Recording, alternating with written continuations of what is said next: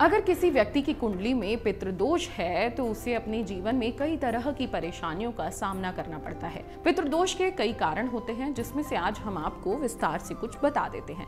जैसे कि अगर किसी व्यक्ति की मृत्यु के बाद उसका अंतिम संस्कार विधि विधान से नहीं किया जाता, उससे व्यक्ति की असमय मृत्यु हो जाती है, तो उस व्यक्ति से जुड़े परिवार को पितृदोष का सामना करना पड़ता है। ऐसा सिर्फ एक पीढ़ी में नहीं होता, बल्कि पीढ़ी दर पीढ़ी चलता रहता है। आइए जानते हैं पितृदोष के क्या लक्षण होते हैं और पितृदोष से बचने के लिए आपको क्या उपाय करना चाहिए। सबसे पहले जान लेते हैं पितृदोष के लक्षण। पितृदोष के कारण व्यापार या नौकरी में किसी तरह का घाटा हो सकता है। वैवाहिक जीवन में किसी तरह की बाधाएं आ सकती हैं या विवाह के बाद बात तलाक तक पहुंच सकती है। अगर कोई दंपति कई उपाय करने के बाद भी संतान सुख से वंचित रहती है या पैदा होने वाला बच्चा मंद बुद्धि विकलांग होता है या बच्चा पैदा होते ही मर जाता है, तो इसका मतलब आप पर पितृदोष है। अगर घर में रहने वाले लोगों के बीच किसी न किसी बात पर वाद विवाद होता रहता है, तो इसका कारण पितृदोष हो सकता है। घर में मौजूद किसी सदस्य का बीमार होना भी पितृदोष का कारण बताया जाता है। पितृदोष के कारण व्यक्ति को दुर्घटनाओं का हमेशा सामना करना पड़ता है। अब पितृदोष कैसे लगता है, ये बहुत बड़ा सवाल है। ये जानना आपको बेहद जरूरी है। अगर मृत्यु के बाद अंतिम संस्कार विधि विधान से न किया जाए तो पितृदोष लग सकता है। असमय मृत्यु होने पर परिवार के सदस्यों को कई पीढ़ियों तक पितृदोष का सामना करना पड़ता है।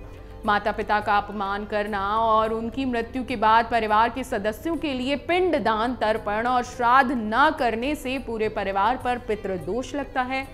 सांप को मारने से भी आपको पितृदोष लग सकता है। पूर्वजों का श्राद्ध न करने से भी आपकी कुंडली में पितृदोष लग सकता है। पीपल, नीम या बरगद के पेड़ को काटना भी आपकी कुंडली में पितृदोष का कारण बन सकता है।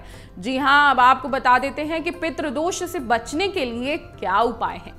पितृपक्ष के दौरान विधि विधान से पितरों का तर्पण और श्राद्ध करें, ब्राह्मणों को भोजन कराएं और दान करें। साथ ही साल की हर एकादशी, चतुर्दशी, अमावस्या को पितरों को जल अर्पित करें और त्रिपंडी श्राद्ध करें। पितरों की आत्मा की शांति के लिए प्रतिदिन दोपहर के समय पीपल के पेड़ की पूजा करें। पितरों को प्रसन्न करने के लिए पीपल के पेड़ में जल में काले तिल, दूध, चावल और फूल चढ़ाएं। पितृदोष को शांत करने के लिए यह उपाय बहुत कारगर बताए जाते हैं। पितृपक्ष के दौरान प्रतिदिन शाम को घर की दक्षिण दिशा में तेल का दीपक जलाएं। आप ऐसा रोजाना भी कर सकते हैं। किसी जरूरतमंद व्यक्ति को भोजन कराने से, दान देने से या किसी गरीब लड़की की शादी में मदद करने से भी पितृ प्रसन्न होते हैं। ऐसा करने से पितृदोष शांत होने लगता है। घर की दक्षिण दिशा में पितरों की तस्वीर लगाएं, उनसे प्रतिदिन अपनी गलतियों के लिए क्षमा मांगें। कहा जाता है कि इससे पितृदोष का प्रभाव कम होता है।